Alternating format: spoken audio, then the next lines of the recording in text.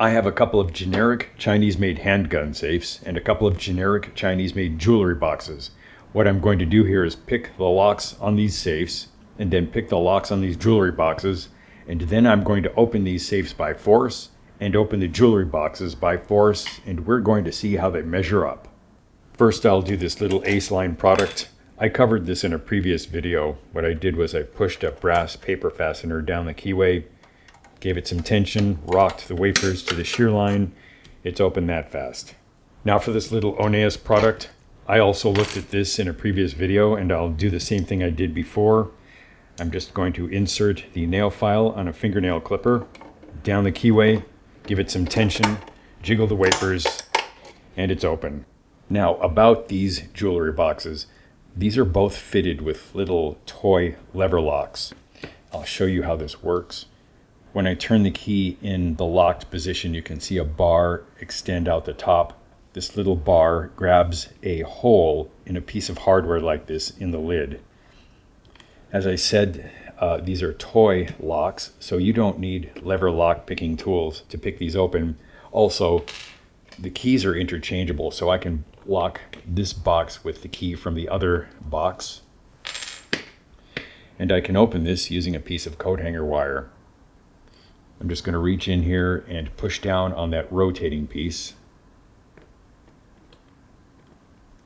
And it's open. And I can pick this lock just as easily. That's open, that's locked. And I'll use the same piece of coat hanger wire to reach in there and push that rotating piece back. It's open.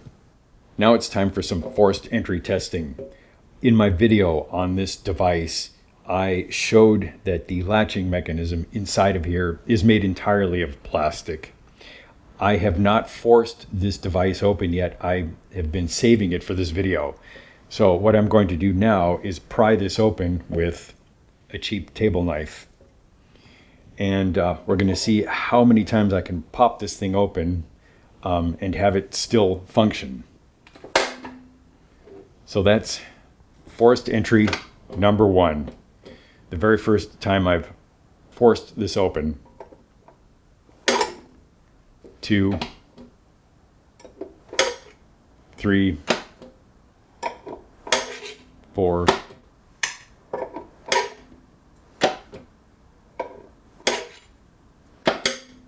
and that's it. It's broken. It won't lock.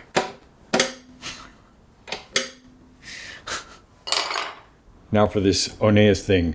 I popped this open probably a total of 6 times in the process of testing and recording my video on this product. So it's been forced open before. And I'll just do it again.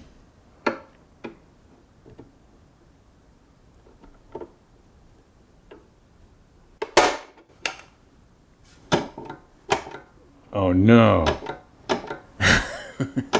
So 7 times and it's broken. Well, what do you know about that? Now it's time for a first. Forced entry testing on a jewelry box. It's locked. I guess I'll start with a screwdriver. This one. I feel terrible doing this. These are nicely made products compared to the handgun safes. But they're fairly easily opened. And now this one. Locked. Again, I feel terrible doing this. These are not they're not bad products, but they are easily forced open. So why did I bother doing this? Aside from the simple, uncomplicated rush of breaking things on camera. Well, these are all generic Chinese-made products, all fitted with cheap little toy locks that can be dismissed.